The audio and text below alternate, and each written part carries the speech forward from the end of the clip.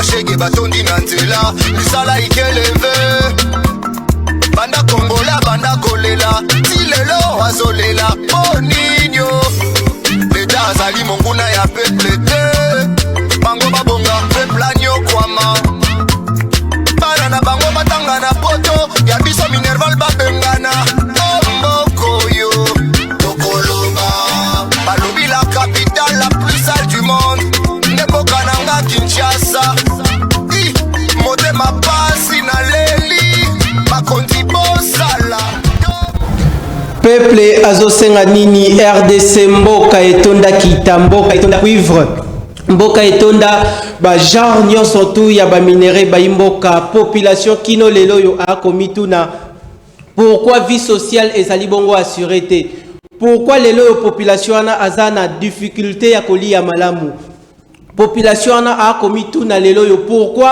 akomi na niveau ya kodefa lipa ya 200 francs na mwamba ya 200 francs na pourquoi responsable ya ndako ako kima na 19h juste nyongo ya mapa ya 400 francs ezali makambu ya soni po na mboka ya mwana mboka Félix Antoine Tshisekedi Tshilombo oyo population ako senga ye a résoudre ba problème nyonso tout oyo eza ba problème sociaux oyo population mboka Congo azali bongo confronté na yango encore une fois matondo na bino ba mboka boko tala biso na ngongo oyo ne ngumba ya Kinshasa pe l'ensemble ya ba province nyonso tu ya République démocratique du Congo totombeli bino botondi et puis boye malamu à travers le peuple d'abord émission ba mboka émission population séance plénière ya mokolo lelo tozali bongo samedi 3 avril 2021 pa wapi bitando nyonso tu population mboka Congo azali bongo branché na ngonga oyo pona kolanda émission à vérité émission à lokumu pour la population ya République démocratique du Congo bandeko balandi ba bilombe député oyo bino population bopesa bango mandat sans préavis bakozala bongo à travers séance plénière ya mokolo lelo pona ko apporter les bino ba lumière le nini population a ko vivre le nini politique ya mboka Congo e ko tambola bandeko balandi na ko monopoliser parole te séance plénière ya mokolo lelo oyo ngai mwana ya mapinga vice-président ya parlement ndeko Richard Nawej nazali bongo na esengo pe lokumu ya kozala liboso ya bitando na bino grand merci na président ya parlement mwana mboka Flavien Roussaki tokundola le peuple d'abord matondo na yo esika ozali oko bundela population pe oko lobelela population ana ba vérité pona ba autorité compétente ya mboka baluka moi ko penser na population oyo akomona matin midi soir pasi esengeli ete ba konti ya mboka ba penser bongo na population ana ba imboka boye ba bongo à travers séance plénière ya mokolo lelo to kosimba bongo etali bongo ba enquête ya IGF est-ce que ba enquête ya IGF ezali bongo crédible vis-à-vis ya population est-ce que règlement de comptes ezali pour na ba enquête oyo IGF a kosala to kosimba lisusu makambu matali pétition oyo ezali bongo lancé contre mwana mboka Godin Poyi président ya assemblée provinciale tokosimba lisusu makambu matali lolenge ndeko Gentiningo Bilambaka azali bongo à la tête ya ville ya Kinshasa est-ce que akosala musala pour l'intérêt pour ya population ya ngomba Kinshasa toté depuis azali bongo ne bonga ya ville ya Kinshasa opération Kinbopeto et kotambola lolenge boni tokosala bongo évaluation na yango et puis baimboka tokosimba lisusu makambu matali union sacrée oyo tongo midi pourquoi tokolobe la population gouvernement ya mwana mboka Sama Lukonde oyo population a kozela tokobenga yango Arche de Noé masuwa ya Noah nani akokota tote nani yango akokota te ba oyo bakokota esengeli basala bongo na souci ya population ya engumba Kinshasa pe ensemble ya République démocratique du Congo. Équipe réunie à séance plénière ya mokolo lelo le peuple d'abord ezali bongo réuni bec et ongle pour assurer bonne réalisation ya émission ya mokolo ya lelo Coordination technique Kambami Bongo na Singaya Pakebo 26 ans de métier. Mwana Mboka Serge Makoso na ngambu ya réalisation tozali bongo na ingénieur Passion Goy Seigneur na ngambu ya machine régie finale et Kambami Bongo na mwana ya ndako ndeko Richard Machita la mémoire électronique. Merci na coaching ya ndeko Jean Godé Motumbu na côté ya rédaction. Matondo na yo ndeko Jean Godé Motumbu bandeko balandi boko tala biso na ngonga oyo tozali na plaisir ya ko conduire séance plénière ya mokolo ya lelo. Ba numéro ya téléphone na bino numéro na biso ya téléphone ezali bongo affiché na bitando na bino bobenga biso te boyebi mot d'ordre ya le peuple d'abord bobenga te bokomela biso ba différentes préoccupations na bino toko soumettre yango et pas il y a ba honorable bino population bo pesa bango mandat sans préavis toko kende bongo et pas il y a énommé député national mwana mboka oyo bo yebisaki ngai ndeko na wesh zongi sande kwana la fois dernière alobaki makambo ezalaki pona intérêt ya ba mama bipupula mwana mboka ndeko Roger Kali matondo et puis boye malamu. Merci ndeko na ngai pona ko benga ngai lisusu.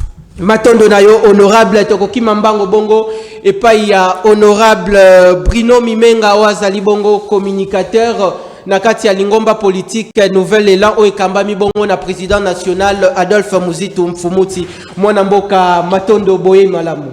Merci ndeko na wesh pour l'invitation et puis na kaboli mbote na ko débattre tout ça na plateau et puis na profiter ko pesa ba manioso ya nouvelle élan ba manioso ya Congo ba mama bi pupola ba cheke ba romain ba chaye bino nyonso mbote na bino parce que ba maman de bazaki na activité à moi de la marche ba clôturer ki bomona ki nouvelle là tant tozo ba que ça parti le seul partout qui na minute obo ezo ça la face même maintenant de Chilo Moran de Joseph Kabila et ça la nouvelle là le loro tozaki na matinée politique na biso au moni que non Gombe et ça qui vraiment poudroyer une grande mobilisation on a part na biso au to ba toujours que non nouvelle là d'ici là au moment la action au tozo féliciter ba militants nyonso au ba répondre qui de l'eau na invitation appel à visionnaire Adolphe Muzitu vraiment matondo na bino et puis na okende droit obi pour na kopesa bande ko nyonso vraiment ya masina oyo bozui moko ya mutu wa kosimba masina simba mina ngai moko Bruno Mimenga comme cordon urbain ya jeunesse na pesi bino mbote na présence na bino lelo na parti na biso. Merci ndeko na wesh matondo na bino baimboka to démarrer séance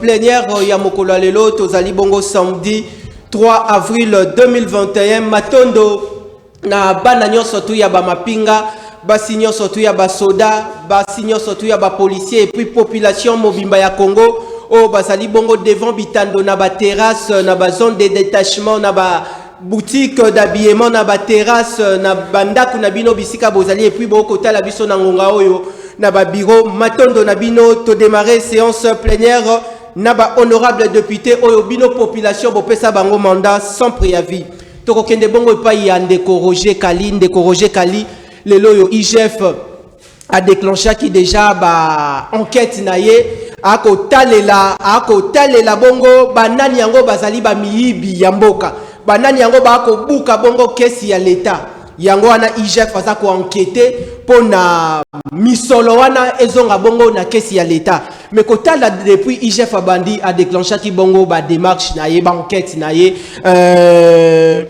démarche naie jugement nini osali na yango est-ce que ako sala yango dans le lenge ya malamu toté au-delà de ça ba règlement de comptes ça na katiwana. Bon merci mingi de ngai na ko répondre yo simplement comme un avocat pour vous dire que IGF est un service à l'État. Est un service à l'État où ils doivent dépendre directement de la présidence de la République. Et nous pensons qu'à l'époque, il y a le président honoré Joseph Kabila, Toyokaki IGFT, Toyokaki même rôle dans Moussa Nangote. Mais néanmoins, ce qui m'a donné un peu de sentiment, c'est que tant que le président Félix était à côté, tout le monde dit que IGF est banni Moussa Nango. Mon frère, le problème c'est quoi? Le problème c'est que le Congo est en Canabiso. Congo, moto a un monopole na Congo azate. Ni président de la République, ni ministre. Ce que Koti au Ibimbo. Moi, je soutiens ça. Je soutiens vraiment le travail de l'IGF.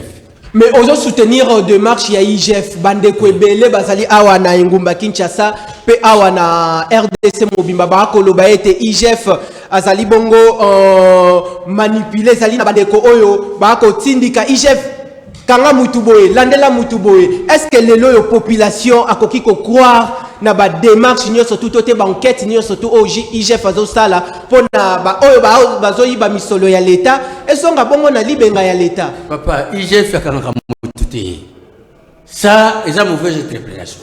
IGF a un service de contrôle à l'État. Quand vous voyez un sali contrôle partout, bon, elle était Kotaka, et c'est IGF à l'Andango. Quand vous voyez un sali à Ketenaï, à se rendre compte que non, il y a eu des tournements. Peut-être que les manœuvre vraiment Salemi, il va traduire les rapports à qui des droits. C'est lui qui a le monopole de l'arrestation, des privations de liberté, c'est le parquet. C'est le ministère public, c'est le magistrat, c'est lui qui arrête. Il fait ça à la Moussa Nango et traduit ce que Memi Bino, na niveau de parquet, c'est le parquet. Parce qu'il y a tout ce qu'on appelle en droit la présomption d'innocence. Moi, je ne comprends rien. Parce que Nayoka Kiango, pour votre information, Nayoki même José Makila sous mandat, sénateur, à sa déclaration, il se surge contre IGF. Parce que IGF a droit non, il n'a pas droit.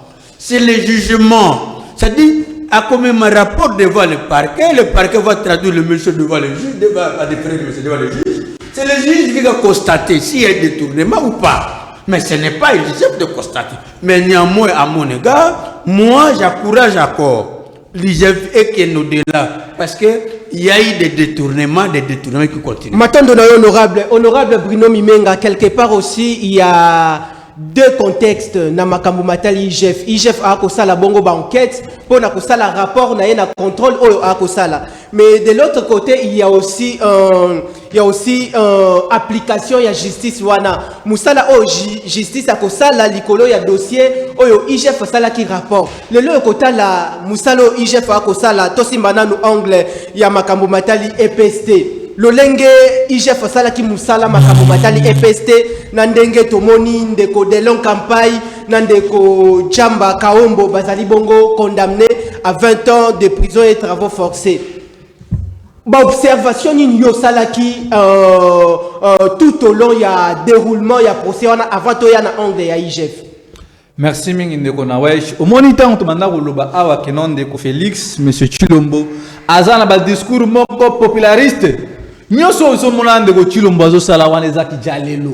Azo luka popularité déjà ndeko Chilombo ayeba que peuple déjà sanzi et vomir. Makambo oya IGF oyo depuis makambo IGF et bandi ba ma procédure na bango. Combien déjà ba tout oyo ba interpeller bango o ba détourner ki mbongo bazongi simona kesi à l'état. So dozu procès ndeko Vital Kamerhe. Ce qui te loue comme malelo oh na makambo ndeko nani Michel Jamba ndeko on doit expliquer ndeko na wesh yoka malamu toko maintenant na procès ya Vital Kamerhe te to simba na makambo matali EPST continuer makambo matali EPST bandeko baye bakeno makambo asekope eza juste deux poids deux mesures obiso ki IGF oyo lelo oyo tant bazo quand bandeko Michel Jamba no asekope mais il faut que banana na mutu oyo aza au sommet chef na bango zalaki nani Willy Bakonga ministre actuel. Pourquoi seulement la tiki ministre tuteur na bango balandi bandeko oh cela veut dire makambu oyo soki total ngo na angle moko politique et ça juste deux poids deux mesures biso pedo olinga ke non IGF oyo a compte à tina présidence de la République abakene ko auditer bandeko mesure la présidence ona okomona ke non ebele ba okota la prison à Makala. Mais pour moi, nous avons deux poids deux mesures. Bandeko, la popularité envers le peuple congolais. Or, déjà, le peuple Azan a reçu le beauté. Le peuple Azan a panzi Mosusu. Il y a un zomona, maman Azan, Bazana Kanda, il y a un zomona, Bachae, coopérer, Bazana Kanda parce que, oh, le peuple congolais a besoin de reçu le beauté. Si nous Congo, le leur, oh, ça compte à 10. Et comme il y a 4200 tomates, et comme il y a 350, et comme il y a 800 francs. Nous sommes dans quel pays? Autres hommes là, mais tu le bobé, voyage. Bah, Congolais, le nombre de Chilombo a comme il y a 178 voyages, zéro investisseur. Le nombre de Chilombo a sali 121 discours. irréalisable. 843 promesses. Et là, comme côté, 700 de moutons, et tout le monde a consommé, le 92%, il y a taux de chômage. On va Congolais souffrir. Donc, dans l'ensemble, il y a tout, Ndeko Chilombo, la administration, on les a actué la minute, on les a plat, il y a réforme SNI, on de retour honorable ndeko Roger Kali lelo population a kota la biso azana besoin azwa ba lumière et pas inabino oyo apesa bino lokasa nae sans préavis lelo to kolobela IGF ba mimboka ba monaki ndenge déroulement ya procès et le kanaki quelque part par ya responsabilité zalina de côté ya justice ce qui musala ni justice a enseigné que ça la vis-à-vis la population mais quand la ndenge déroulement les cani lelo IGF déposé qui rapport naé justice peut a dossier abandi ko sala musala naé mais tout au long il y a déroulement il y a dossier to tikali population tikali jamais comme on a ministre ya tutelle ba interpeller ba yokaye est-ce que na rapport oyo IGF a déposé qui elingi koloba ete ba irrégularité zalaki na kati wana tote justice yé moko ndenge ndeko Bruno awuti kolobezali na 2 poids 2 mesures justice yé moko protéger ndeko Willy Bakonga nani mwana mboka Didier Mudimbu tote makambo zali ndenge nini yo moni bon papa na omoni omeminga na angle juridique na ko répondre le col professionnel à droit omoni instruction tango ezali ko salema ezala approuvé au ministère public moi je ne peux pas entrer au-delà. Moi, je ne peux pas dire que non, le lot, Willy Bakonga za Mosantu. Parce que y a des titulaires. Vous savez, c'est un peu difficile. Il y a quoi épargner Willy Bakonga, na batonayo bakangi bango. Peut-être on attend. Au moins, parce que la kandegeni. Bon, je vais vous livrer un secret. Et quand vous allez que bayoki no basibarterne. De façon que bazo élément, vous permettre bango, va mettre en cause titulaire na bango. Bayoki basubalterne bien sûr, mais bandeko basa déjà condamné. La procès à 100 jours et se déroula qui peut être. Batunyo surtout babazana qui kobengi sa bango. Les juges baza convaincu que batuwana ba détourner mbongo. Ba condamner bango, c'est vrai. Maintenant nous attendons parce que moi je ne peux pas dire que non bato wana de baza ba yibi bongo Willy Bakonga aza moyibité. Non, je n'ai pas dit ça. Personne. Seule justice de constater que bato wana ba yibi to ba yibité. Mais néanmoins pour ngana za la santé na amenangai j'aurais souhaité aussi que bon peut-être tant ba ko investir gouvernement ou toujours zela ya sama peut-être ba ko bengai Willy Bakonga ka expliquer parce que c'est lui le ministre parce que la constitution pourquoi c'est la kaka monga ya publication gouvernement sama non moi je dis ça on a déjà passé ngai je n'ai pas dit que c'est ça parce que quand dans la carte na bangoti mais moi je dis on a une réflexion ngai je dis que c'est sûr que ba ko convoquer moi je crois ça parce que je l'ai suivi même hier na Top Congo même ce matin au moment azolo va même que non il y a des écoles avant l'indépendance et ça là qui s'est arrêté. Je l'ai suivi ce matin.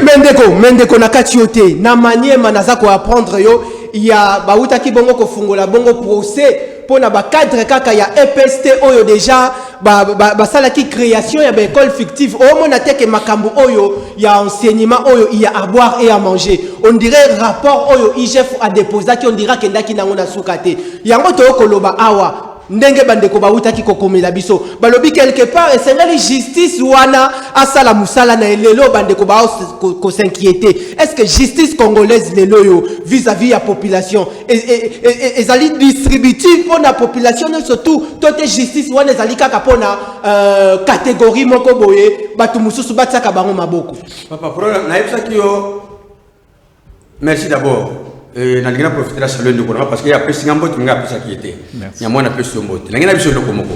Na yebisa que ngaza mongala. Moi je suis mongala. Na yebisa que c'est mot qui pas la biso bangala. To zakala nyoka bongo babe okonga. Et so comme il fait le roi les 3. Les 3. Akomata likolo mbila. Ami longoli poso. A longoli poso asalini akiti ateme yo ta yo molo. Oh nyokati. Ok, on a besoin de réponse. Au moins, le problème est que le président Tshisekedi a reçu un morceau dit. akozala mosusu pourquoi parce que batu oyo balongwe na bayibi wana bayibi de voleur o balongwe na FCC o bakoti kuna kaka bago papa baza banyoko balongwe ka poso problème nanga eza que justice esala musala nango mais yemo ko comprendre population comprendre ba ndeko nyonso tout état de droit est-ce que le population a ko vivre vraiment ba résultat ya malamu ya état de droit non résultat e comprendre na mbala moko c'est automatique mon frère ce n'est pas automatique que le quoi président lui qui état de droit le pe mbala moko état de droit comment dit non et cause la progressivement ça dit en tout dans que tozo kende et comment le quoi ba ni ko kanga ba yibi wana moi je sais que mbonga epese ba yibi. Moi je vous assure, et pas Nangana Mungala. Moi je suis le candidat gouverneur de la province Nangaï. Au moment où je vous parle, je suis candidat gouverneur. Il y a eu des détournements. Maintenant, honorable Ndeko Brinoto soit anglais, il y a une école fictive depuis population banda qui colle là-bas, école fictive. Bandeko il y a EPST va créer une école fictive. Tomoni tikino lelo a Ngumba Kinshasa. On dirait justice na nous apprendre à cœur dossier oyote mais kuna na manière déjà tout monde qui déjà outa semaine outa qui kolekana procès déjà fungwama qui pour la création il y a une école fictive comment na déroulement oyo na ndenge ba rapport ya IGF est-ce que les loyo ba irrégularité zali na kati ya justice na biso ndeko na wa tant tozolo awa ke non monsieur Chilombo na pouvoir na ya lulenga mabe abokamboka eko abutini lo mote batu bazo benga biso tout ça ba ene preuve ça que non problème ça lelo oyo ndeko Chilo mazo bunda nango awa eza na be pouvoir na eza na ndengalo illégitime même ba kwamba bazo kamba nini ba institution l'état baza crédible état envers le peuple congolais alors vous croyez que non makambu ya justice na biso ça deux poids deux mesures comment parce que une fois que on dit ko ta union satanique okomi musato. Ce qu'on peut reprendre à l'union satanique. Papa Nawej nazo ebisayo ndeko Chilombo. Ce qui continue à l'union satanique, l'union salée na bango okomi mosatu. Nous voulons voir que nos bandeko oyo ba détourner mbongo à l'état. Tout le monde qui awa na procès de na biso kulutu kamera biska zali to pese pe mbot bien que azab mbatu parmi ba oyo bazo mboka oyo babengi caméra, babengi ba ministre, ba député en fonction, ba qui pour répondre. Alors comment est-il possible mutulo ko la Willy Bakonga? Vous épargner que non parce que les ministres nous voulons voir tout le monde qui ba généraux ba pour répondre na procès ça joue. Pourquoi pas qu'on interpeller Willy Bakonga oyo na province ya Mongala na toi pas même na honorable on na Kasai ezana enseignant moko auti ko perdre vie na epona marquement ya salaire na pendant 2 mois tandis que bandeko Willy Bakonga awa la Kinshasa bazo ba hotel na ba Kingasani na ba Monga Fula bisike belé ba tchon ba nini ba komba d'école yango na biso tozolinga justice ezala indépendante parce que justice yango de tombola mboka au moni ndeko Chilo moza na problème très sérieux parce que mboka oyo tant on ndeko Chilo moza non topé ça nous ne pouvons pas donner le temps au temps parce que le peuple qui a besoin à mon éducation malamu à mon vie ça a changé mais les gens est capable incompétent moi namboka uti koloba a ko débattre na yo lobby état de droit il faut pas passer lango temps pour comme en applicabilité vis-à-vis la population est-ce que le loyo na ngambu ya lamuka langage nini toke observation nini bo sali obo komona bilembo ya malamu ya applicabilité ya état de droit ndeko Chilombo tango ba ndeko kulutu na biso lobby ki ba pesa ndeko Chilombo tan non on suppose que c'est l'incompétence ba ko pesa Chilombo tan attend jusqu'où tandis que peuple na est azokufa le lo oyo plus de 1023 Congolais baza massacré na impuissant ndeko Chilombo pour l'incompétence il dépêche ba pesa ndeko Chilombo tandis que le lo oyo auti ko sala ba dépassement budgétaire il y a 29,2 millions na présidence pesa qui a loué pour na il y a des voyageurs dans des conditions comme malamu, azolia ba shawarma, ba hamburger, tandis que les Congolais a quitté ça parce un problème même il y a consommé baline dans tomate. Non, cela veut dire que ne qu'on a ouais quand on expliquer ba Congolais oyo, au moni biso na nouvelle là le oyo. Au ba non nouvelle là, azana ba moni démonstration de force et d'ordre muzitu, oyo ba jeune baza déterminé 2023 incompétence ya ndeko Félix na nyonso to mettre bango à côté parce que le peuple a besoin de l'autorité merci honorable merci ya on a profité merci honorable merci na salaki na utaki ko appel ya famille ya papa Honoré Nganda pour na ko bisa que non Bruno batikeli na responsabilité ba congolais parce que papa Honoré Nganda Matondo koto ba Bruno mutu a charge bon respecter ba téléspectateurs ba kota bon incompétence ya presse pour permettre honorable Matondo na honorable Bayimbo Katoko continuer en séance plénière ya mokolo ya lelo oyo équipe Mobimba ya Kinactu Télévision votre partenaire d'excellence tozali bongo liboso ya bitando pona kosala musala ya malamu epai na bino population uta mokolo lekana ki bo uta ki kokoma makambo ebele par rapport ya makambo ekolekana na ba bisika bovandi na ba quartier na ba avenue na ba commune.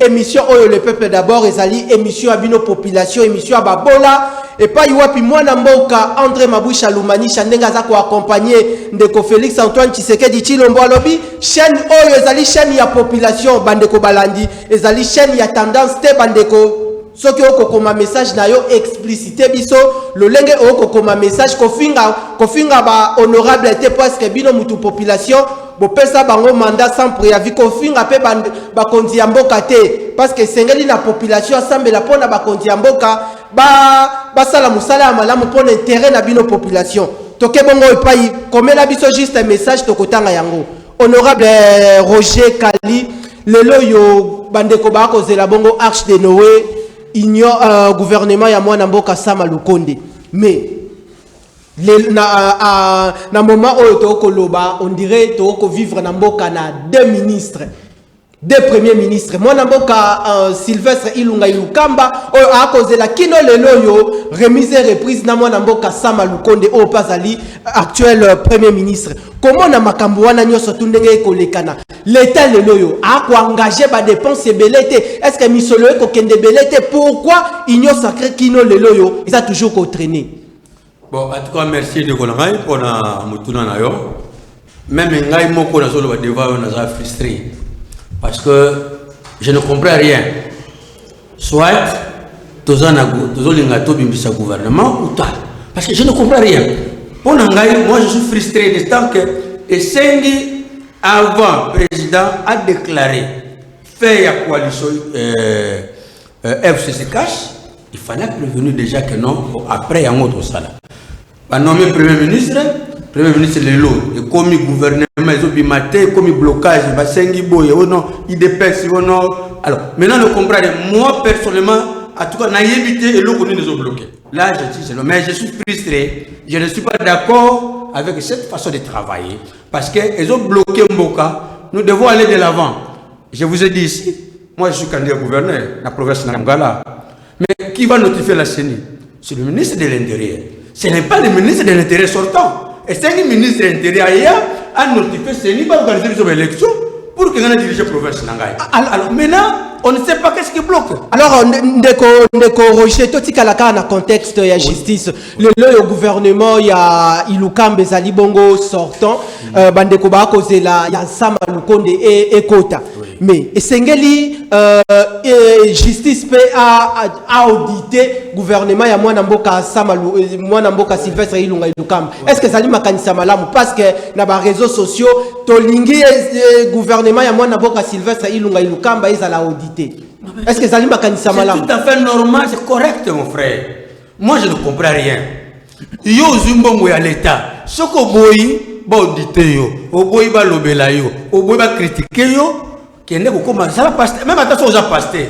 Ba dire connaître ba critiquer, ba corriger ba critiquer yo. Quand vous gérez les choses publiques, il y a pas que ba auditer yo. Nous avons des services, c'est ça la loi, c'est ça l'état de droit. Gouvernement ya Ilukamba qui est, et ça qui va auditer bango.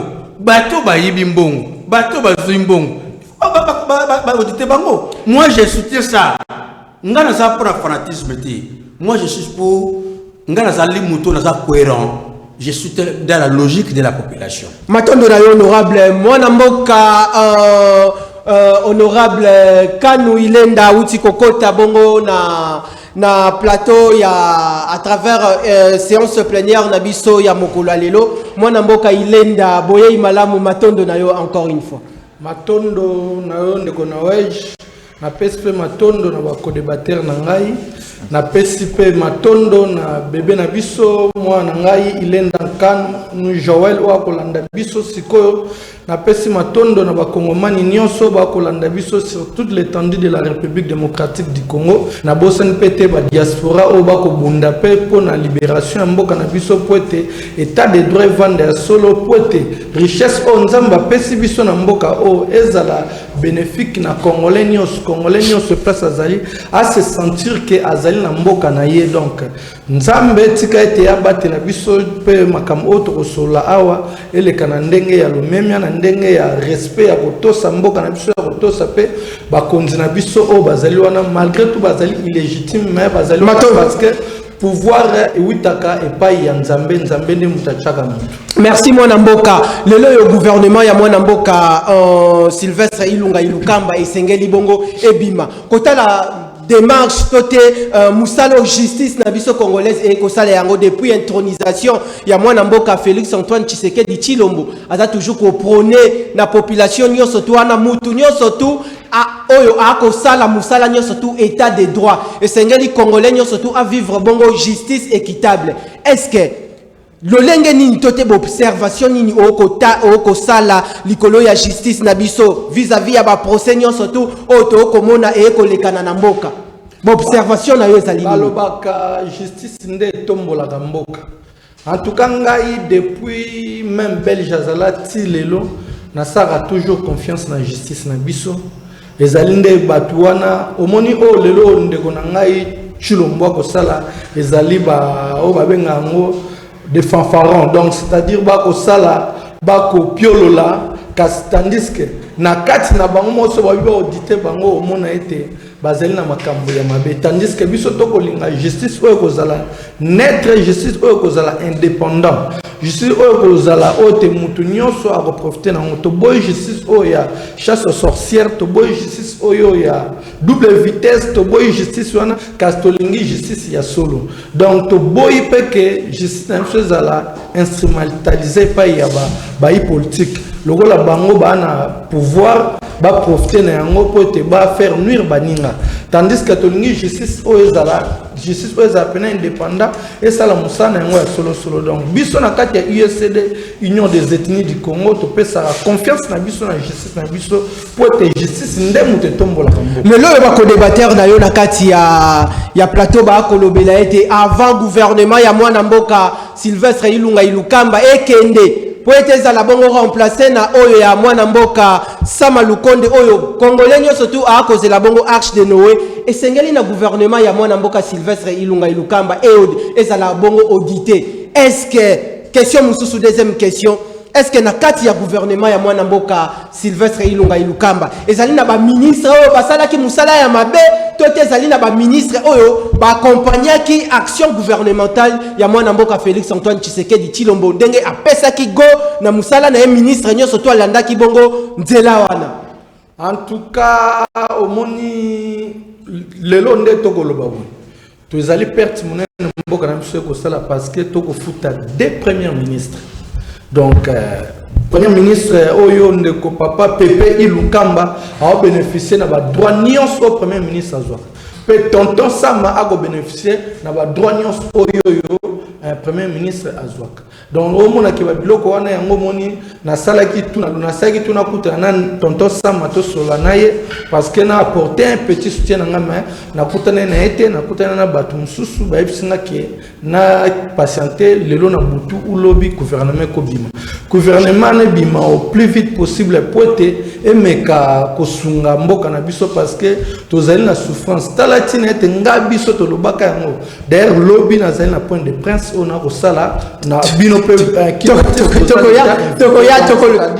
da omoni ke nga na sala ba après ma ponami tokoya nazali na question moko mutu ya makambo ya point de presse na ye bomba ya mwana après ma ponami en 2006 na sala conférence de presse pour l'hôtel ça a été Ndeko Kabila a osala le côté batu ba journaliste opposant mituna a osala le côté parce que biso moni parti na biso USCD Union des ethnies du Congo pour le développement ça parti o ya peuple Tolobaki était pouvoir pour le peuple par le peuple, donc bokonzi faut oui tande pas le peuple. Ceux qui peuple la paix sur bokonzité.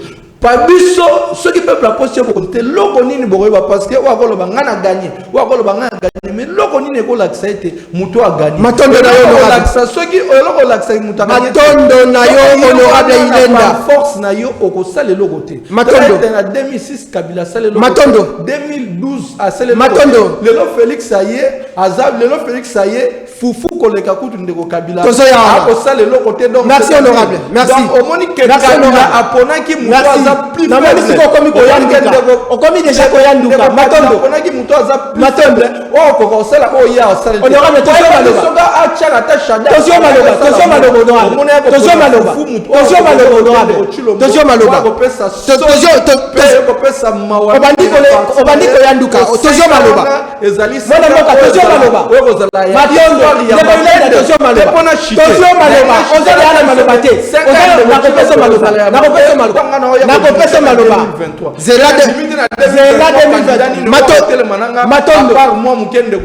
Tozo Maloba.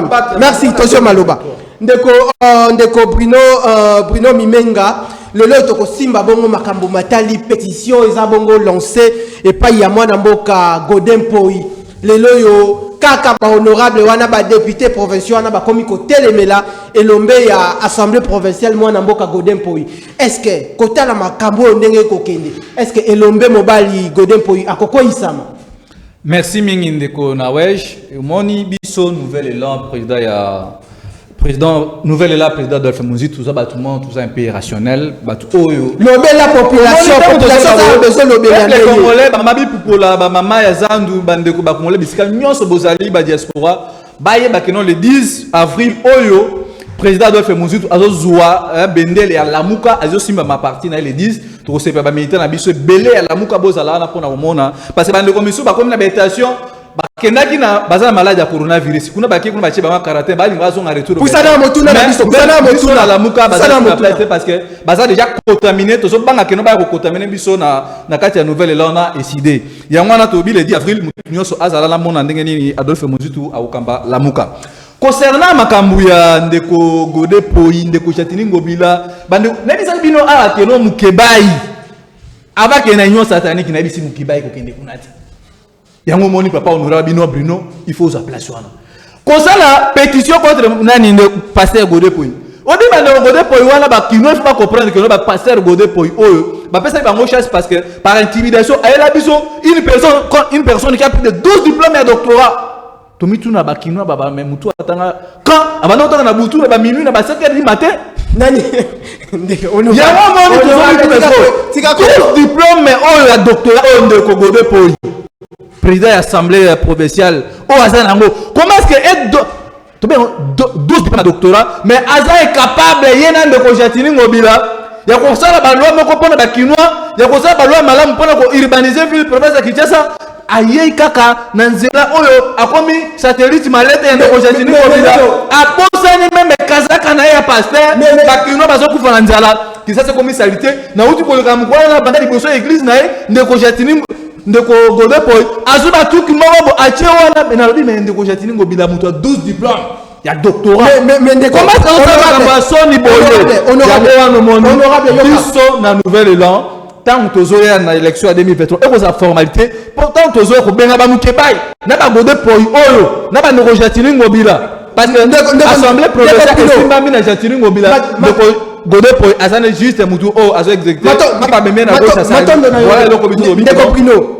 ba reproche oyo bazako salela ndeko Godin Poi est-ce que ba honorable député bazali na logique ya makambu tote bazali na libunga tote balinka kaka ba ko isae mais ndeko Nawej vous croyez que tant bazolo ba ki compétence toi tu comme na gouverneur ya province ya nini gouverneur ma weja on dit suite à son incompétence mauvaise gestion opacité ya ville province ya Kasai na ya Kinshasa ndozomona comment est-il possible ndeko Godin Poi pour moi bien que mukeba ya bunga kinzela na bandeko o basali pétition wana oui je suis d'avis que non ndeko Godin Poi o akomi camarade ba beda show abosani mission pastorale et puis abosani intérêt général ya kota la ville province ya Kinshasa komi salite opération kini bo soto o na yena ndeko Chatini Ngobila c'est livré na makambo na sinate. Merci.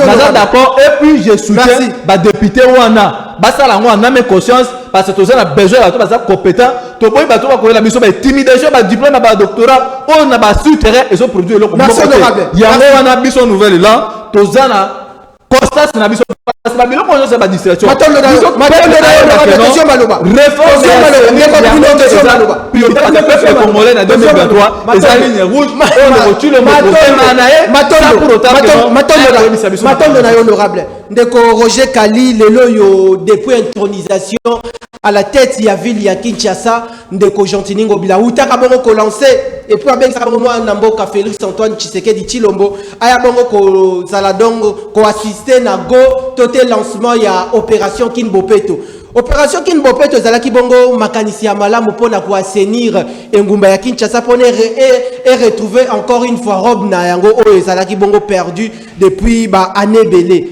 Mais depuis opération Kinbopeto et Salemaki kino lelo ba bourgmestre ba ko sala okomona bango ba samedi bazana ba activité na bango évaluation nini yoko kiko sala kino lelo yo uta ba lansaka yango est-ce que na ba quartier to vandi ba quartier na biso zali Bopeto ba avenue to zali ba avenue zali Bopeto.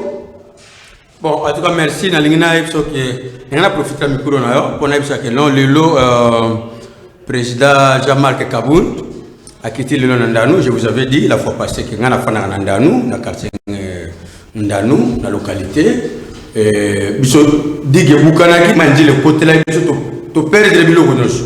Et aujourd'hui nazali parmi bato oyo esengi bakuta na président ya IDPS pour to sola makambo ya digi wana.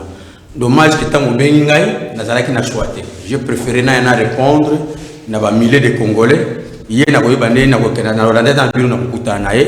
En tout cas président na pesio merci place aux alliés le na que siko azana ndanu. Merci beaucoup na bakumu ba kopesama. Le problème c'est que au moni ba gestionnaire politique ezalaka soko do la politique za pona bisoté. Tout ça la politique pona ko gérer mboka pe bato bazana kati ya mboka. Parce que vous ne pouvez pas gérer une entité où il n'y a pas de gens. Vous gérez les gens dans une entité. Alors na pona ngai makama gode po na landi on lobby na Molière. J'ai suivi na landi on députation na landi Mike Mukebai na landi pe papa Molière na télé lobby. Je comprends qu'ils ont raison. Parce que batou on va le côté étiquette bango bayaki nango. Et ça étiquette bon ça Congo té. Là vous devez comprendre. Étiquette nini bango bayaki nango. Ba qui pon intérêt na bango ko to intérêt la population. Étiquette bango bayaki nango. Les gouverneurs qui devraient passer, en principe, ils allaient qu'il aura pas tout le monde. Mais le gouvernement. Mais on a version, monsieur, c'est comme la population. On a version, monsieur, c'est l'oyo de moi. C'est la vérité, ça m'engage que moi, Kali, qui vous parle. Moutou allait gérer Mboka. Par rapport à la vision chef de l'État, c'était le honorable Laura Batmouna, au Lelo DGDEP. C'est lui. Alors, est-ce que vous avez forcé? Bah, jonglé. Bati nani Gentini Ngobila na assemblée nationale bati pasteur. Vous savez, moi je trouve ça très mal quand le pasteur se mêle dans la politique. C'est vraiment un bon lieu juridico-politique. Mais ils allaient pas m'embêter pasteur à voir les choses publiques. Non. Moi je n'ai pas dit ça. Je n'ai pas dit que c'est mauvais pour que le pasteur soit politique.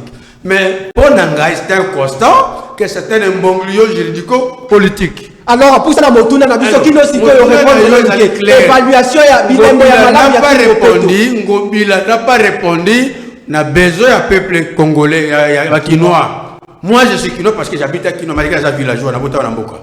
Mais moi j'habite à Kinshasa, ba na ngando na boti bango awa. Ngobila n'a pas répondu et Godepo n'a pas favorisé parce que vous savez la première institution de la province, ce n'est pas Ngobila, c'est Godepo. Matondo na yo honorable toko poussa na bango et pas ya honorable Matondo bozani ni bino nyoso tu na minute moko nako rode na sali na montre liboso na ngai moi na mboka il est dans Kanu lelo yo kotala bilembo ya malamu na ba quartier to vandi parce que population akotala biso est-ce que ba quartier to vandi ndeko Gentini Ngobila mbaka ako sala musala ya malamu ba bourgmestre ba ako sala musala ya malamu chef de rue, chef de quartier, na compte il y a opération Kinbopeto. Ndeko ilenda yo lo bakaete. Population benga na 0h, na 23h ngonga nyoso. Ba lecture les résultats nini ya malonga lelo ezali likolo ya Kinbopeto pona musala ndeko Gentini ngobila ko sala pona intérêt ya population na ya Kinshasa. Écoutez ndeko na ouais je moni nga il est qui 3 jours. Tozaki na matanga moko ezana de la science moi ba pe bazaki wana mo ebele tozali na ebsaki na esprit ndeko na Mike Mukebai. Obi mutema mabe na vie efutaka te. Soki lelo ni pasteur Godin Poi alongwe wana. Mike Mukebai okansi yonde boso ba cho wana. Nandi peut-être ba cho wana parce que oyo nyonso ezali. Mais libanga l'usine de Kenchaku ko sekate. Oui, yango mo na otalisa ngana za pour Godin Poi na porte-parole à Godin Poi te même démarche wana za Mike Mukebai inde mutako lukango toujours ndeko Godin Poi. Azali mo lobeli population. Mais ya sala ako défendre intérêt à population. Pendant Mike Mukebai omoni ako défendre intérêt à lingwala. Bana lingwala ba yebisa Mike Mukebai na 2023 soka zo ata 4 voix. Soki kaka na ata 4 voix. Wane zali yo. Répondre à population wane zali selon yo. Ya mona hotel sa Mike Mukebai mutema mabe na vie efutaka te. Comprendre? Mutema mabe omoni batu mususu otali efutala kaka elongia muto tali omona makatso ya katine. Pusana Mike Mukebai mutema mabe efutaka te. Pusana botuna. Soki bolongola ndeko Godepoi. Bosala ngo proprement parce que to moni pe depuis bolongoli maman Janine Mabunda. O aye wana appelle sous. Toki ba makambo pel sous o kuna ba révélation ozomona. Donc c'est-à-dire ba ko sala biloko na vengeance na mutema mabe. Omoni biso to loba na kati ya parti to loba ngo bon c'est qui chasser les Paris na kitoko. Bon c'est qui chasser les Londres na kitoko. Bon c'est qui chasser les Washington na kitoko. On les ali idéologie ko yana na 2023. C'est-à-dire omoni nini? Affaire ya qui chasser zali affaire ya bisonions. Ezeli comme na bisonions ezeli comme kate ya gouverneur te. Au moins tant gouverneur ene eloko ya Kinbopeto. Ngelo bateke kaka yenda bandoko yana ba venir ando tezali comme na bisonions pour mais c'est place aux ali oyeba mais malheureusement na mboka na biso oyoyo ezana batu mususu aona kake akozwa salta ya bwaki batu boyo sala malgré tout gouverneur azali na par ya monene ya responsabilité. Mais pour notre kende to simba bongo ndeko Bruno observation nini yo sali ba côté positif na négatif ya musali ya ndeko Gentini ngobila na tête ya ville ya Kinshasa. Observation na sali ayaki a lansaki ba biloko ya kitoko médical comme slogan. Pourquoi? Parce que et na terrain mo pe basé ça terrain on est terrain moko ya ba croque à jambe. Au moins tant ndeko Chilombolo ba croque à jambe. Eza bango na bango ba ko chila donc eza terrain moko boezali ya mo to ko senga c'est le moment to cultiver amour. To zala na bolunga mboka na biso. Boya yango moni leona sepeli il y a 5000 jeunes au ba uti na IDPS ba okota na parti na ngaba sadera ki en tout cas au mona de ba jeunes on a des wane zali lokuta na ezali lokuta moko ilenda oko diembela kana sima ya batu oko diembela na sima Mike Mukebai oko diembela na sima otikite na sima IDPS sala makambu na yo ya tango boya na sala makambu na yo 5000 jeunes ba uti na IDPS ba quitter ba ko sadera na parti na nga ba singa président to ye pourquoi parce que yo za na bolunga Congo mais to moni bango ba utaki poto ba ende bo ba yiba mbongo ba zonga na ngoma to ye pa na odaya na ebite ba singa encore batu ba ko ye lisu na tout ba ba carte même pas ba carte ba za matondo na yo honorable matondo ba carte moni loko na ko matondo na yo honorable ay mo konde na zakana au monde que soko vu même différence au monde même na 2023 na ebso na 2023 kanga dete loko na lobaka ndeko Chilombo ako yoka sona ko banga ko ya devant peuple place sambela ndoto kokisama ezali ndoto ndeko sambela kokisama mabe 50 milliards de dollars wana kokosa population ziko yo ba kokosa population kokosa population chaque année biso to bando mobiliser 50 milliards de dollars merci c'est là 2023 zama lobake Congo chaque année ezali na plus de 20 milliards de dollars où s'échappera na gouvernement vrai ou faux matondo na matondo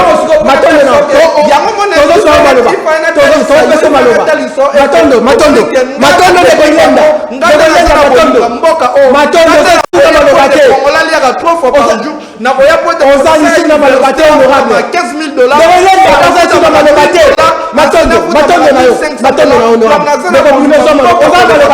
Honorable Sam Malobate. Moi na mboka Bruno Mimenga. Lelo yo pression ezali bongo likolo ya ndeko Godin Poi.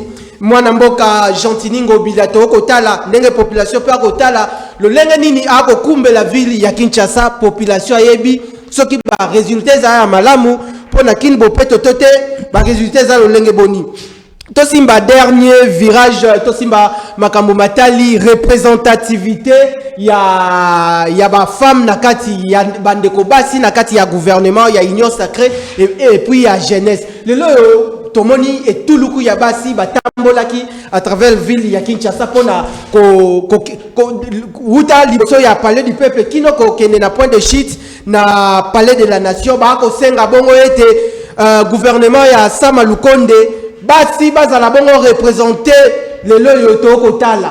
Est-ce que lelo yo mwasi pe akoki kotonga société akoki komema aussi quelque chose na kati ya gouvernement ya union sacrée? Merci mingi ndeko na wesh. Moni biso toza respect ba maman et puis pona makambo ya kini bosoto. O kizaza kini label. O ngobila na gode po ba komisi na ndeko Chilombo.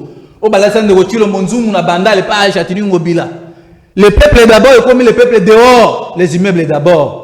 Il y a un temps où on jatini basa l'échec oh c'est d'abord ils ont mauvaise communication et le réseau échappé et puis de deux ils ont conduit oh peuple a zo mona lelo oh ezala ndeko Chilombo jatini ngobila ma weja ba gode po et ça suite il y a illégitimité parce que peuple congolais pona ki bango te bato baza crédible te vous passez bato ba selo ko malamu il y a un zo mona biso ba congolais ba voter Fayulu ndeko Chilombo boy ba congolais ba voter ndeko Muzitu kuna ba sala ko bino ba licencié ba komi ko yunda na koloba ke non représentativité ya ba mama na kati ya gouvernement ya ndeko Sama Lukonde na bisa bino ke awa Sama Lukonde aza assistant ya Chilombo Sama Lukonde c'est pas raté ko za assistant ndeko Chilombo aza commissaire d'état aza na pouvoir mon côté botia yanga tembe preuve ça que non le lombo ko kombi bloqué ndeko Chilombo après avoir ko se bloqué le lo o mbo ko telemi mbo ko zo avancer Kolobakeno ba maman de po baza na gouvernement. Non, c'est purement de la démagogie na part de Augustin Kabila. Bazo luka ba distraire opinion tandis que peuple a besoin de réforme, c'est ni la consensuelle. Bando ko ba mona que non makambo autre laki eza sérieux. Ndeko Chilombo na ndeko ya iba IDPS incompétence na bango et faciliter biso nouvelle la tâche parce que to battre bango na 2023 et ko zala technologie kamba otata ba. Mabe pesa lite ngoma yango bo milenga. Ba mabe yango le bombe. Et c'est là qui tombait parce que nouvelle là est le parti où il s'agit de mobilisation plus de 87%. Où c'est là qui est vraiment favorable pour la mission. Parce que moi, maman, Ravel, sans dire la manifestation, mais c'est dommage que non, ma maman, oh, bah, qui manifeste. Est-ce que qu'il y a des causes? Plus de 80, 12 du point de doctorat incapable de réaliser.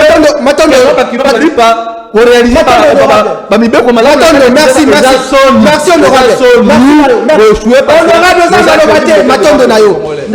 Kali population le loyo a causé là lipanaye alia ngona tongo parce que zali makambu ya soni mboka munene lokola Congo oyo ba mindele ba ko longa bisika bazali pona kotala koya awa ko dongolo misu na kita ya Congo kota la responsable a ko defa lipa ya mwamba ya 200 francs nyongo ya 400 francs na 19h mama ya mapa yaka responsable ako kima nyongo ya mapa ya 400 francs. Lelo est-ce que population ana akoki ko croire na gouvernement ya union sacrée résultat ya nini ya malongo population akoki ko zela et puis lelo yo place ya ba jeune pour la représentativité ya jeunesse na kati ya union sacrée et sengeli na ndeko Sama Lukonde a accordé place ya choix pour la jeunesse congolaise a apporter savoir-faire na ye. Bon, en tout cas, journaliste Richard Nako, je pense que mardi, parce que Zaki n'a pas de ça permet d'être cohérent dans mes propos. Moi, je dis souvent, population a souffert. Ce qui m'a dit que la population souffert, c'est qu'il y a rien à Congo. Là, je vous dis franchement, malgré moi, je soutiens les initiatives du président, mais je vous dis sincèrement, devant la population a souffert. Qu'est-ce qui manque? Na été que nous avons besoin de l'Ouest qui a amené pour l'Angleterre pour Boyaki. Le Premier ministre a à cause de la difficulté parce que budget a héritier. Et ça budget oyo epesa capacité ya ko réaliser le côté mon frère. N'a pas ça que exemple. Mais néanmoins, nous attendons tous ceux qui sont en train de lire. Ok, tout le Kabango, non, pas de côté, il y a basi.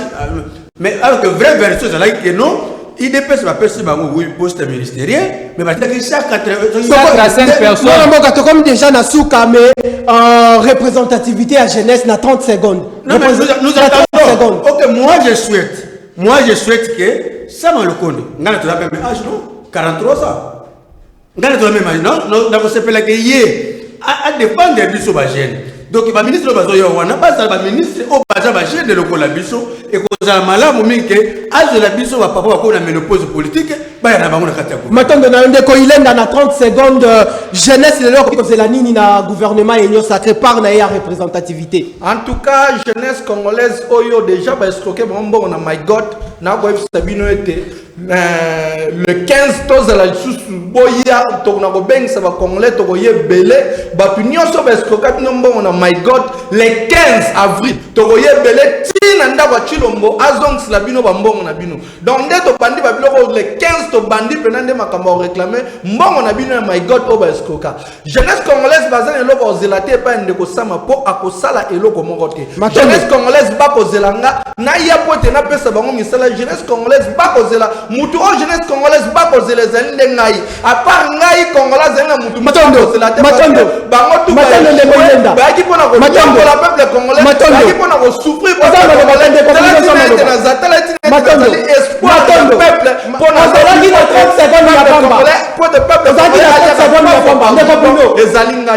na 30 secondes to comme déjà na souka Richard Machita ko sala ngasi liloba ya souka eza boye biso nouvelle est là to bandi déjà mobilisation na biso pour la 2023 to démontrer force na biso réussite ya ba maman fermeture ya mois mars et puis l'élan nouvelle est là à faire tomber ville province à Kinshasa yango wana bandeko oyo baza contaminer bakendaki na union satanique place na bino na la muka te boluka ba plateforme mususu ba bosala parce que la muka le 10 avril premier ministre ancien visionnaire de la République démocratique du Congo Adolphe Muzu Tunde arozwa commandement ya la muka yango to senga ba militaire na biso nyonso bozala vigilant et puis tozo bisande ko kabuya bozali ba manifestation na bino coronavirus ça to banda biso to boy nani commissaire nani Silvano Kasongo botinda ba policier parce que biso déjà tozo banda marche na biso sur terrain et puis DGS tous ont interpellé courant et ont mon anaté compétence n'a pas jusqu'à là tous ont comme la souka. Grand merci Baimboka Bozaki Bongo opportunité ya Kolanda émission le peuple d'abord à travers séance plénière ya mokolo lelo matondo na bino bandeko bozala ki ebele tozali bongo en direct ezali bongo baléa du direct. Grand merci l'équipe technique et sali bongo Moussala ya malamu na séance plénière ya mokolo lelo ingénieur Patiengo seigneur machine Badaga Dakar Richard Machita la mémoire électronique et puis moi Namboka 26 ans de métier Singaya Pakebo Serge Makoso et puis Bilombe honorable Tozalaki na bango ndeko il est dans Kanu moi Namboka Bruno Mimenga et puis sans oublier moi Tozoyo mokolo ya mardi namoni déjà moto et mati to komi bongo na mbala ya sima numéro ya émission le peuple matondo na bino ya ko postula tana local mabote osali elokote okoloba banome odirige mabe okoloba kongole azali muungute okoloba yonani potoloba te okoloba mabote osali elokote okoloba banome oyidi ngokwa leta okoloba kongole azali kisengite okoloba yonani potoloba te makambo ezobonga te peuple azonyokwama ulu na bashege batondi na nzela misala ikeleve banda kongola banda kolela ti lelo azolela po ninyo leta azali monguna ya peuple